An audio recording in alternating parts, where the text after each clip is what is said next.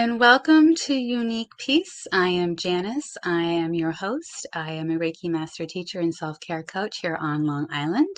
And today I am super excited to have the talented and award-winning Lukas Hassel on. He's an actor, a writer, an award-winning director, and his accolades include such things as the Screencraft Award, the Cinestory Award, the Shore Film Fund TV pilot, we'll talk about that, and Fresh Voices Award.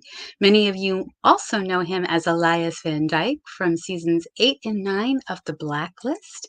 And I want to welcome Lukas. Hey, how are How you? are you today? Good. Thanks for having me on. Oh, yes, it's a pleasure. So, you have a lot of accolades there. So, Well, let's. I think it's important to have a lot of plates spinning. Because I write, I also filmmaker, I act. Then you're involved in lots of projects. Yes, you are. And so, you're originally from Holland, right?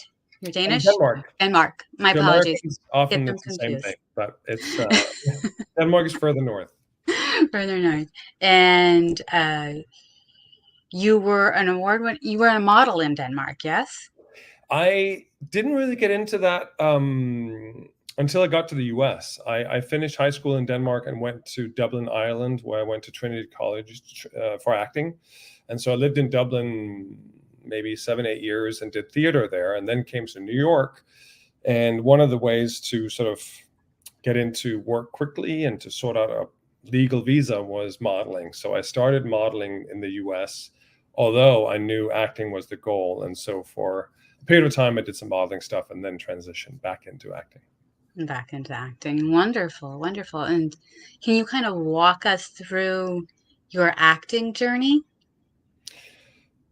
Well, as I just mentioned, it really started back in Denmark. Actually, in high school, I did a high school play. We had a theater in my high school, and so every year they would put on a play, and I got cast as the Scarlet Pimpernel. And as it turned out, there was a lady in the audience who was a pretty well-known writer in Denmark, very prolific, had one of the most successful TV series over there, or whatever. And she came backstage afterwards and said, "Have you ever thought about doing acting seriously, like after school or whatever?"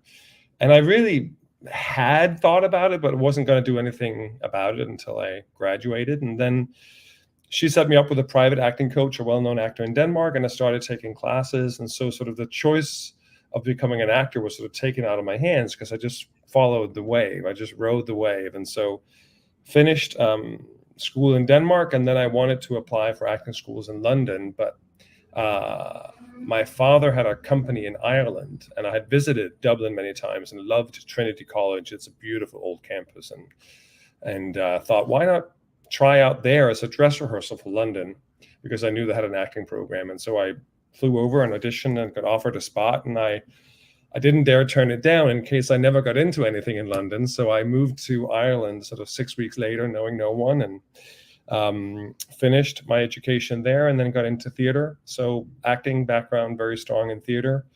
Loved much of it, but eventually sort of fell out of the format.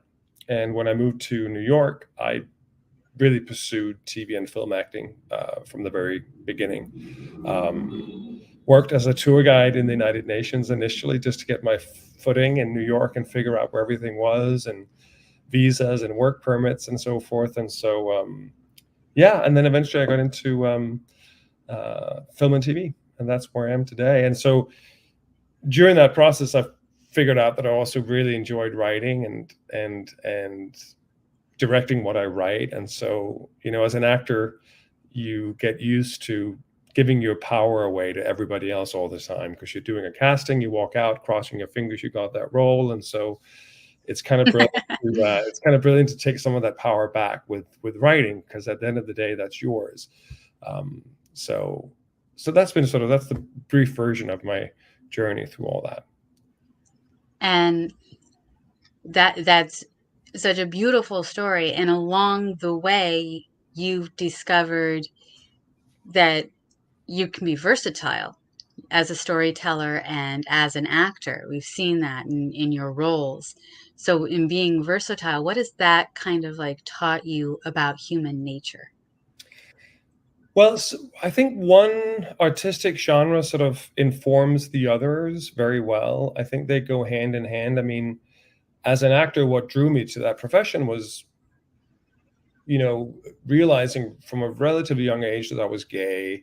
I learned pretty quickly how to adapt and read body languages and sort of suss out where there was danger, where there was comfort, where there were role models, where there were people I could trust, and all that stuff. And so early on, I became an excellent sort of human nature reader. And that probably informed my choice to go into acting more heavily, because it's about putting yourself in other people's shoes. And I developed that ability from early on. So I think that was a real gift, actually. And so that also informs writing. I'm very great at introspection. I know my strengths and I know my weaknesses, and I own them both. And we can always talk about my weaknesses as well. I'm fine about that. But one of my strengths is attention to detail. And that is helpful both in acting and in writing and in filmmaking. It's basically noticing the small stuff. Because I think everything really interesting comes from specificity. And specificity is where the name is at.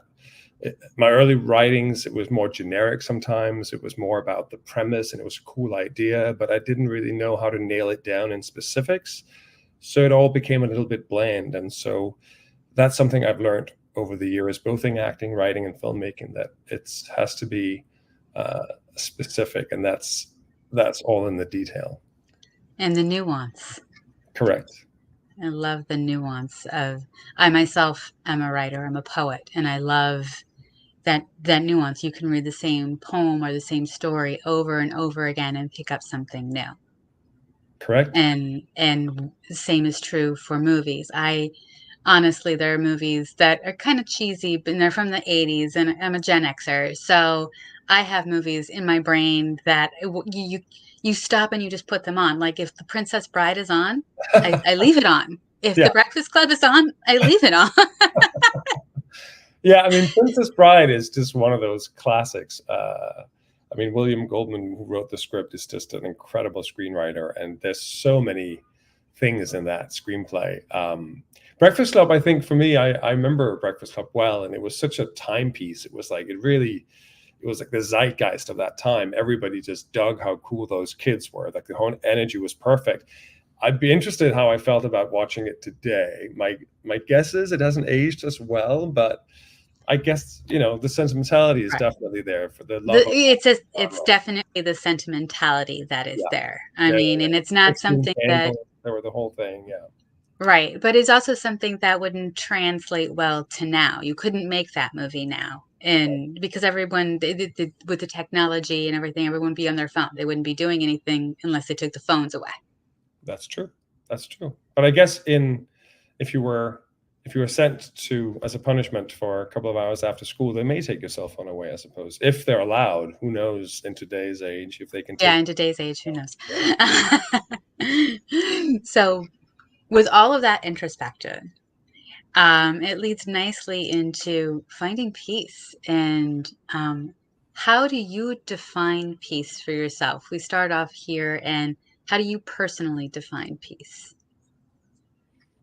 Well, I think it goes hand in hand with serenity. And I think I feel like I'm a very peaceful person because I've found that serenity in introspection. I'm just one of those people that I think over time, I always try to catch myself in bad habits, or when I judge others for no good reason, I try to catch myself instantly. And all that comes from not being afraid of looking inwards. I think many people, I can't speak for everybody, but I think many people are a little afraid of looking too deeply into themselves. They'd rather just avoid certain things. And I think that's not particularly helpful for an artist in particular. And so I've come to peace with pretty much all aspects of myself, as I talked about earlier, strengths and weaknesses. And so that gives me a calm, that gives me a core that I can rely on. Like, I try to live a good life. I'm an atheist, so I don't believe in a higher power in that sense. And so I am God in my life, right? So I choose what I do deliberately. I'm accountable for my actions. And I try to be kind and live what I consider a good life.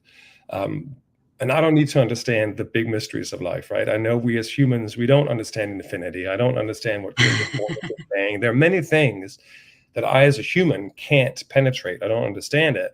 And so I'm fine with that. So I'm a dumb human. But what I do know is I don't need to guess as to what it might have been or what might be out there. I'm good with it.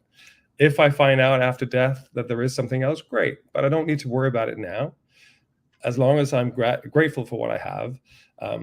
So I reject all these man-made scriptures and so forth. And I find that I can find inspiration from all kinds of sources, all kinds of books.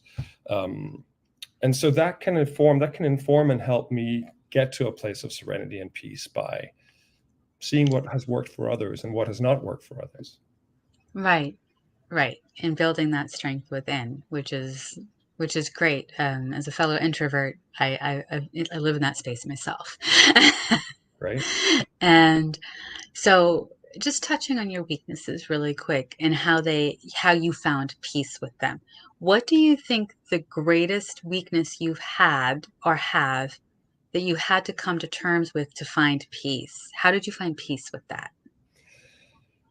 I think the greatest weakness that I have and I still battle with is impatience. Basically, impatience with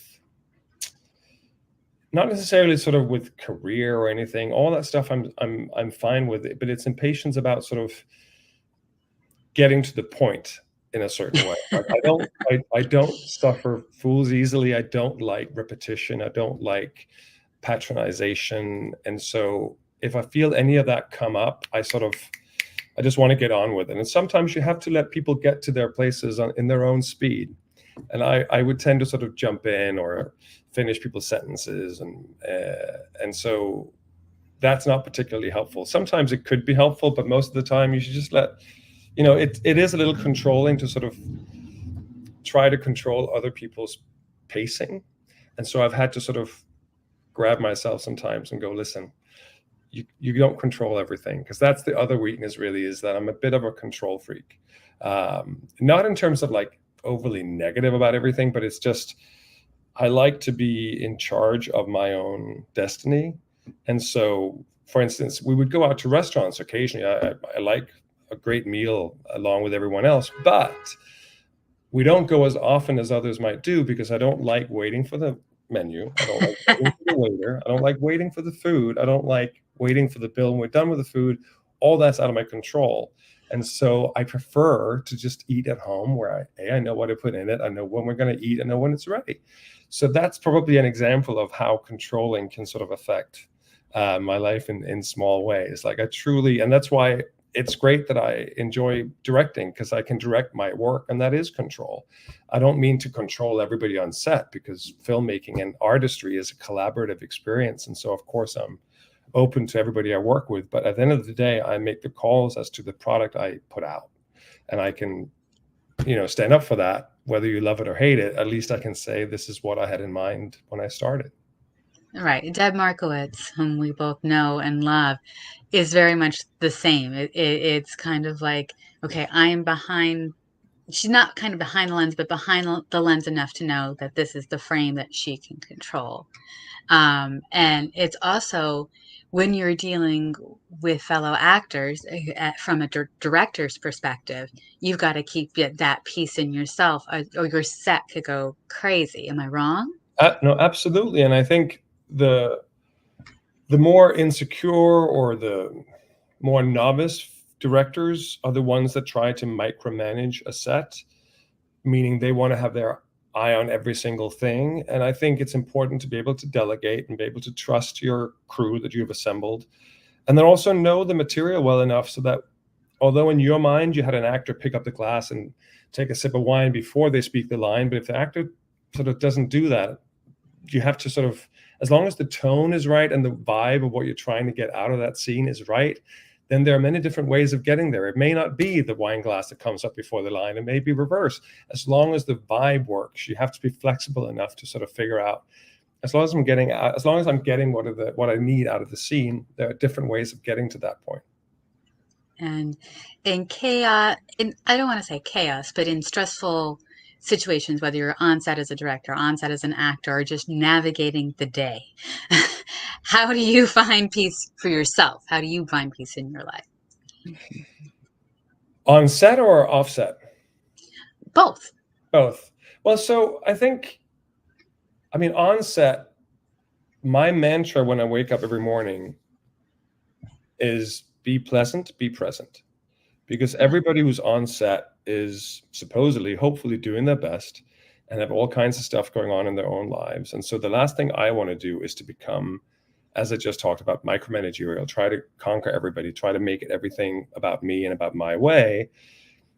Just be pleasant and be present. And if you're present, you're going to be able to think out solutions when something comes up. It's a problem-solving situation being on set. There's always something that you have to figure out. We don't have enough time, or the actor don't know their lines well enough, or there are all kinds of things that can happen. And you just got to be present and sort it out and then be pleasant about it, right? And so with that comes that I will never work with jerks on any of my productions. That's like, I'd rather take a less talented person who's pleasant than a super talented person who's a jerk. I don't want them in my project. Life is too short.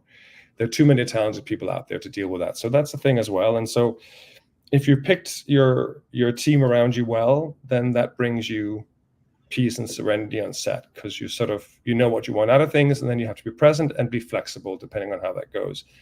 In my personal life, sort of outside of that, I choose how I spend my time carefully. I don't spread myself too thin. I have my great core of very close friends. I have time with my husband that I enjoy and protect.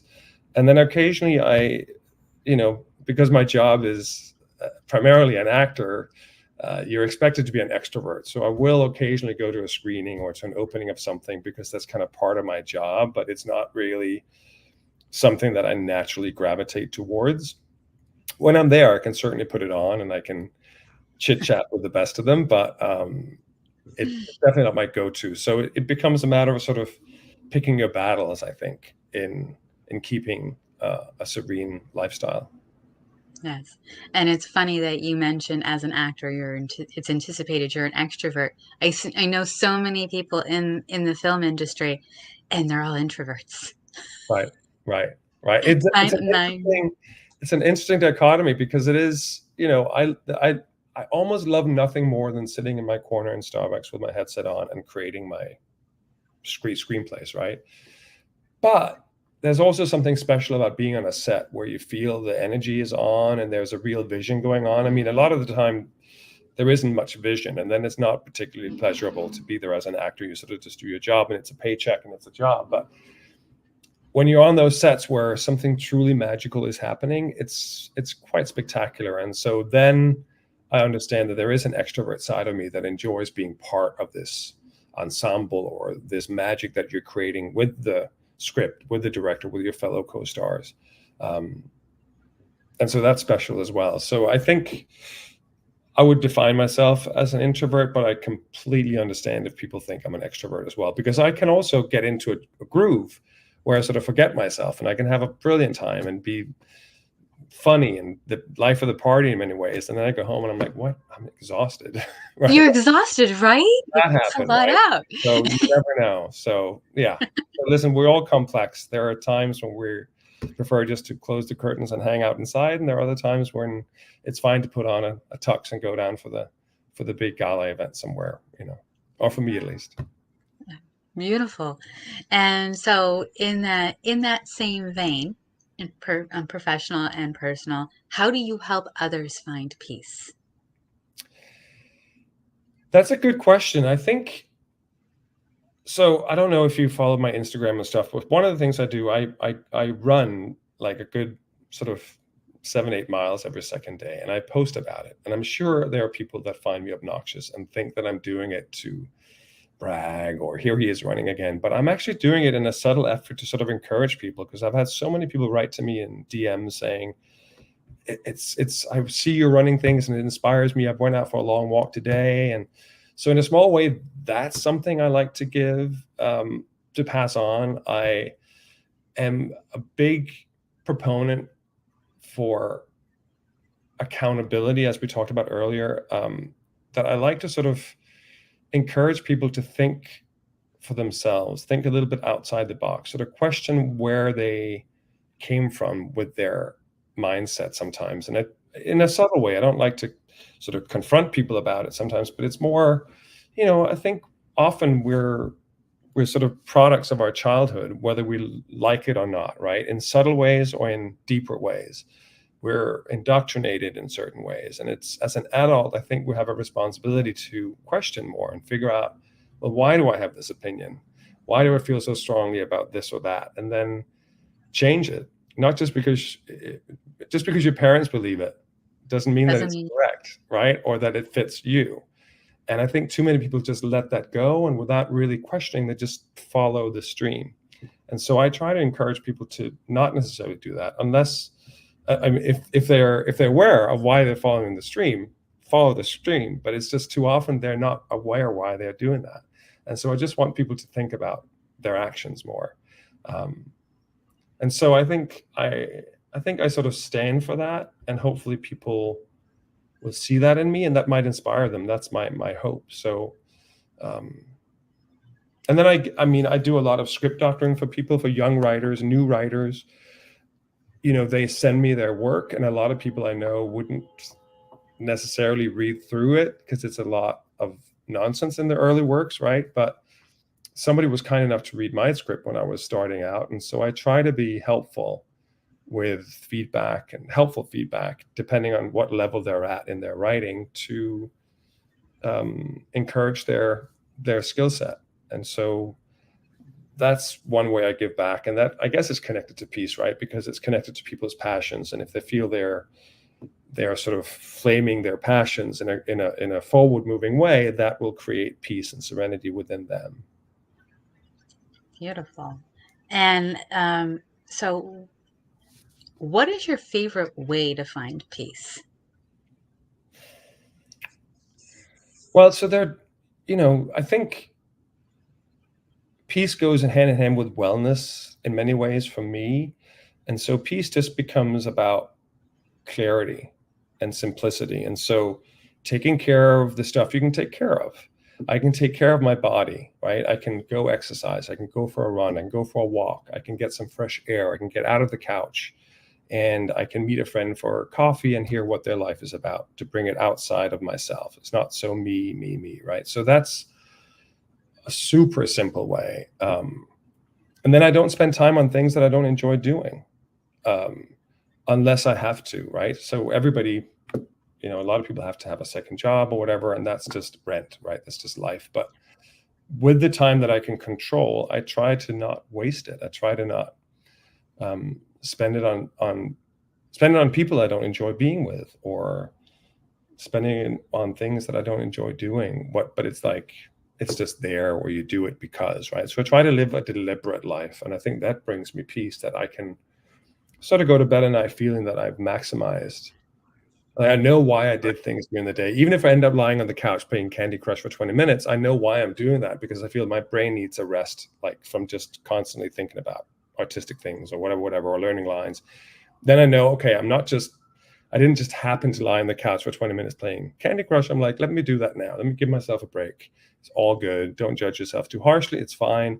And then after 20 minutes, I go up and I go about the next business that I've sort of set up for myself. So it's just about living deliberately. That gives me peace. And deliberately doesn't mean sort of manipulative. I think sometimes people mess up those two definitions. So it's not a manipulation of myself or others.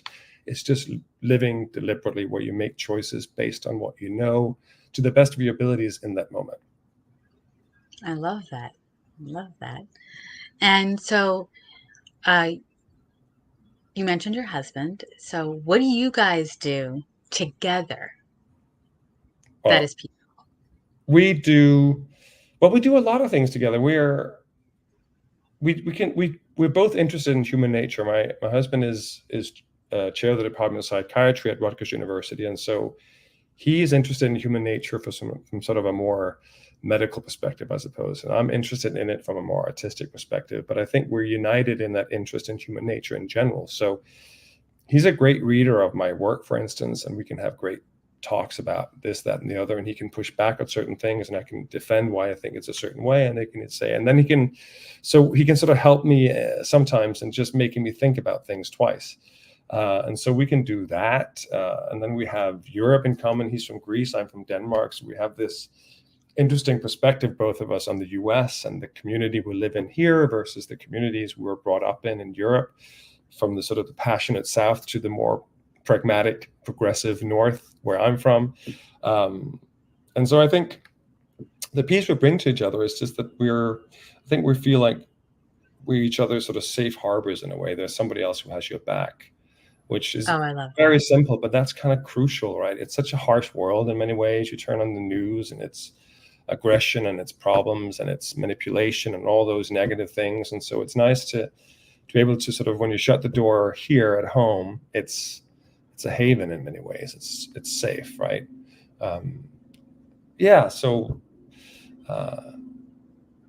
So I really wasn't necessarily looking for a long-term partner. I was quite content by myself. But when I met Petros, it was like, okay, now I get it. Now I can see why people want to join up as a duo.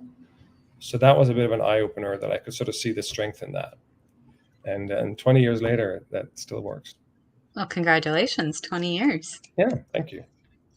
And he's a very sweet individual. You were recently traveling for work, and yes, I do follow you on Instagram, and I saw that lovely Thank you. picture that you put up of the gift he left you, your homecoming gift, with the peanuts in the center, and then it said 2 sets of almonds, one for Denmark and one for Greece. I thought that was very sweet. So it's, as I said earlier when we talked about acting and directing, it's the specificity is in the details, and that's a lovely little detail. I give him an advent calendar, which to many Americans is an unfamiliar concept per se, but I grew up with it in Denmark, where you got 24 little presents leading up to Christmas. I grew up with that. So. Okay, right. So I think over here, a lot of them is like you open a little flap and there's a chocolate or something. But in Denmark, some of them is like a gift advent calendar. So you get 24 little presents. And so when we first met, it was a romantic thing to do. And I thought it was quite cute. And it was like a chocolate, and it was like a little rubber ball or little nonsense things. But now 20 years later, you can no longer get away with that, because that gets kind of dull. So now it's a sweater, and now it's a ticket to a show. And so it got incrementally more expensive over the years. But I still do that 20 years later. I do 24 presents all of December, wrapped individually, and that is love. That is love. And speaking of love, and kind of like, what's in your toolbox? I love this question, because pretend you're on set, things are getting stressful, maybe a little chaotic. How do you bring peace to that situation? What's in your toolbox? What do you pull out? It's like, oh wait, stop. We gotta get this calmed down. Yeah, I mean, that's a great question, and it varies how equipped my toolbox is. On any given day, I feel like we can walk down the street with a great toolbox full of tools to make us feel confident and at peace and stride through the street. And other days, for no good reason, seemingly, all I have in the toolbox is like a hammer, or so it changes, right? So on set, it also depends on the energy on the set. What size production is it? Are you doing a smaller project with your friend Deborah, or are you working on the Blacklist on a high pressure set with NBC? And so all that is relative, right? But in a high pressure situation, it's really about preparation for me. I think if I prepared for it properly, then I know I've done my best, and then it is what it is, right? So if I feel like I haven't put in the work, that's when I can get stressed or stressful, because then you can be put in a situation where you're trying to cover for work you didn't do. You didn't do well enough.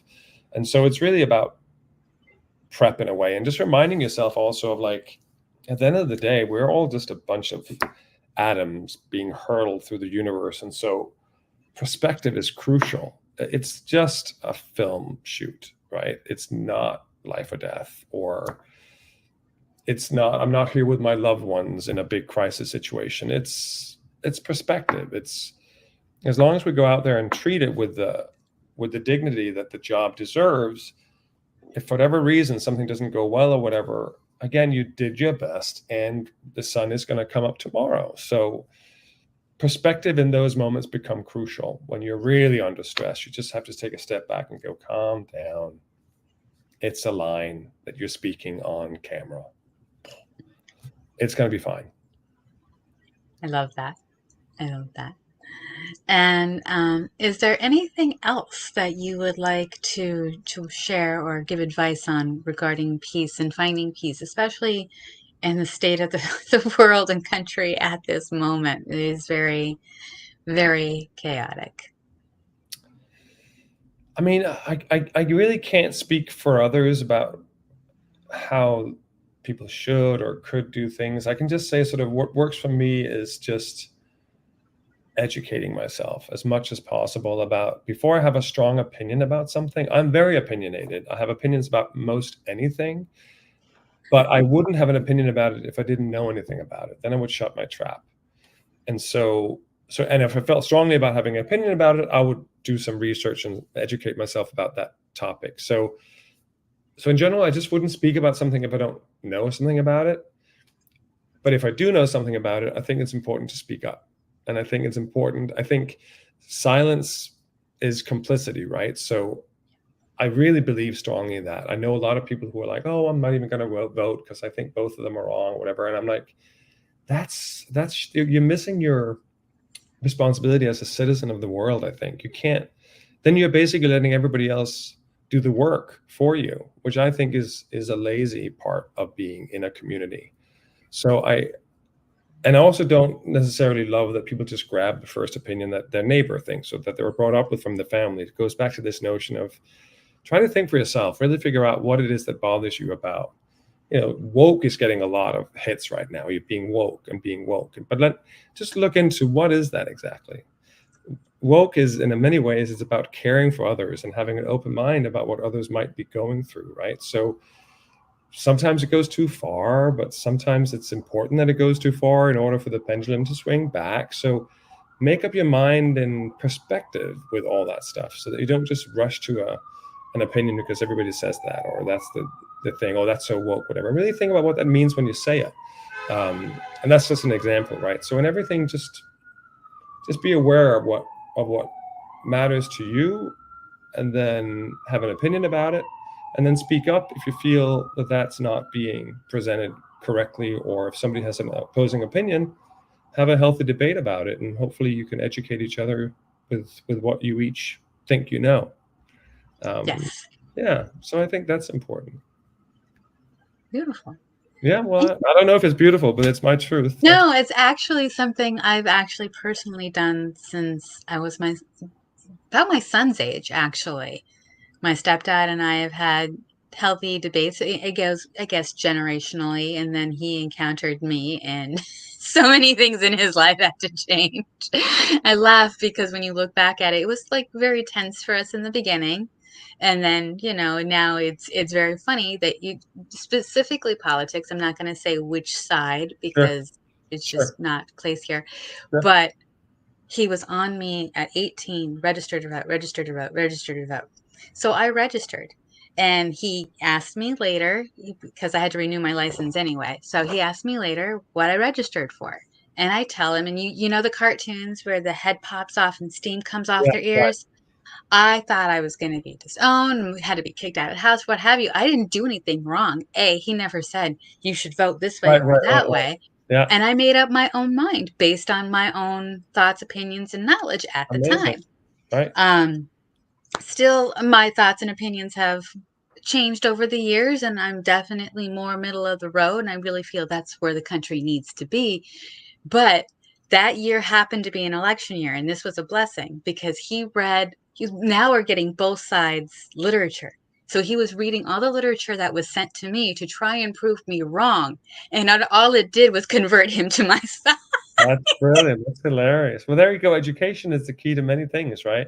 Just exposure sometimes. I mean, just exposure to things. I sometimes feel that the US is both fortunate and unfortunate in geography alone, because America is kind of protected by oceans, right? So in Europe, we're used to having enemies and allies on all sides of us just across the border, and you can be taken over. So you're super aware of compromises and dangers and so forth. And the US in many ways have been lulled into this security sense of like, well, you have Canada and Mexico and everybody else is so far away. So we're very isolated. And so I think it's easier for Americans to sort of isolate in their towns that they don't necessarily travel from, they don't necessarily leave their community. And so it's hard to gain perspective if all you are exposed to are your friends with the same opinions, or YouTube channels with all kinds of conspiracy theories, whatever. It's hard to break out of that then if you're not exposed to it with your own eye and your own experiences.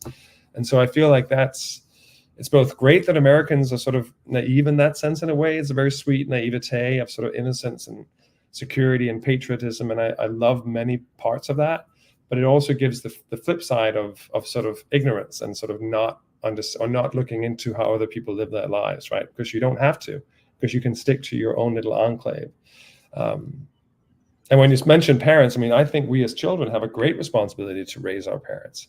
They raised us, and then when we become adults, we have a chance to raise them and move them forward. And I think many kids are afraid of challenging their parents sort of out of this, I think, erroneous sense of respect for your parents. I think you're helping your parents by challenging them on certain issues and figuring out where they are. I mean, me coming out as gay I think was a massive gift to my parents, because they were living in an affluent part of Copenhagen where there was no diversity, no nothing, very sort of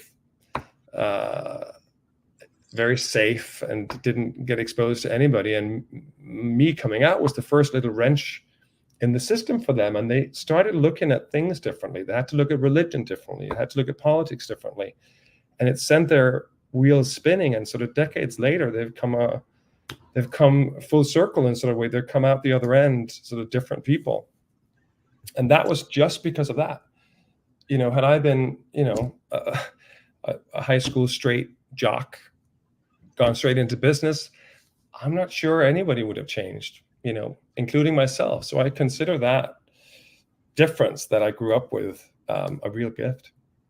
And it's funny that you say children should raise their parents. My son is challenging any levels. You know, it comes with age. It's a certain amount of age in bucking because it's at the adolescence. But he will give a good argument. It's like he's thought about it. And I think that has a lot to do with how I've brought him up. It's like the last presidential election, not this one, the last one.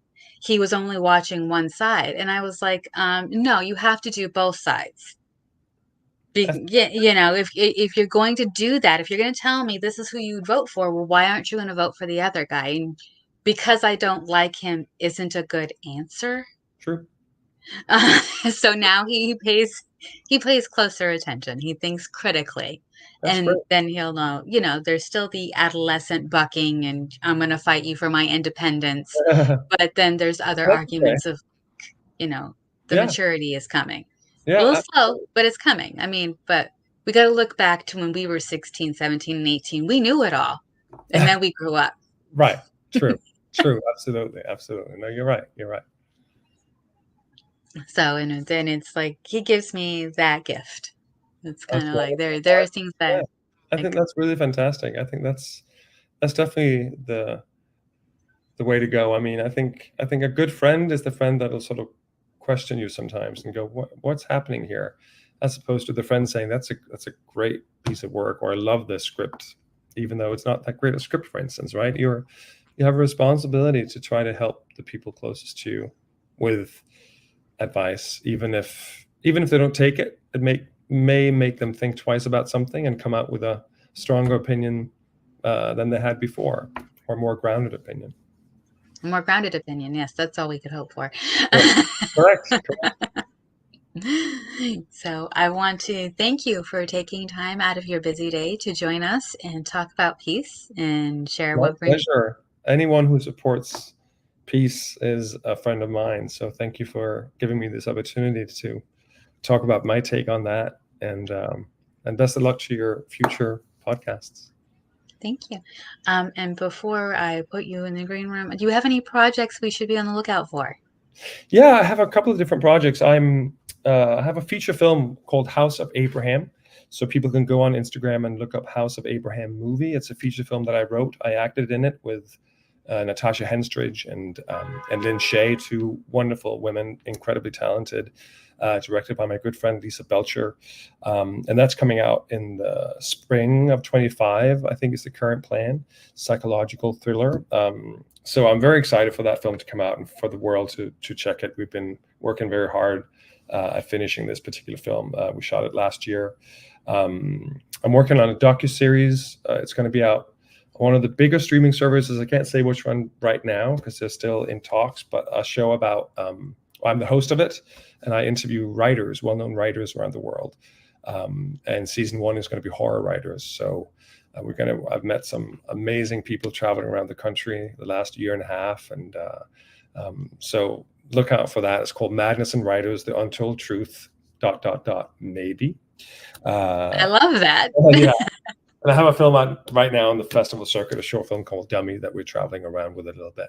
And I'm about to do a short film, going down to Virginia to do some research for a short film that I'm going to shoot later this fall before I do my first feature as a director next year, up in Seattle, a feature film called Into the Dark. So lots of spinning plates that I'm constantly trying to make sure that none of them falls off the stick.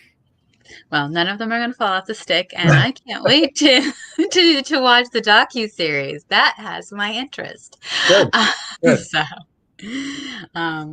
and everybody be on the lookout for those projects, especially House of Abraham, as that one's coming out first. Yes. And I'm going to put Lucas in the groom room really quickly. Thank you, everyone, for joining us for Unique Peace. I hope you have a new perspective on peace and how to bring it into your lives in everyday situations. And we will see you next week.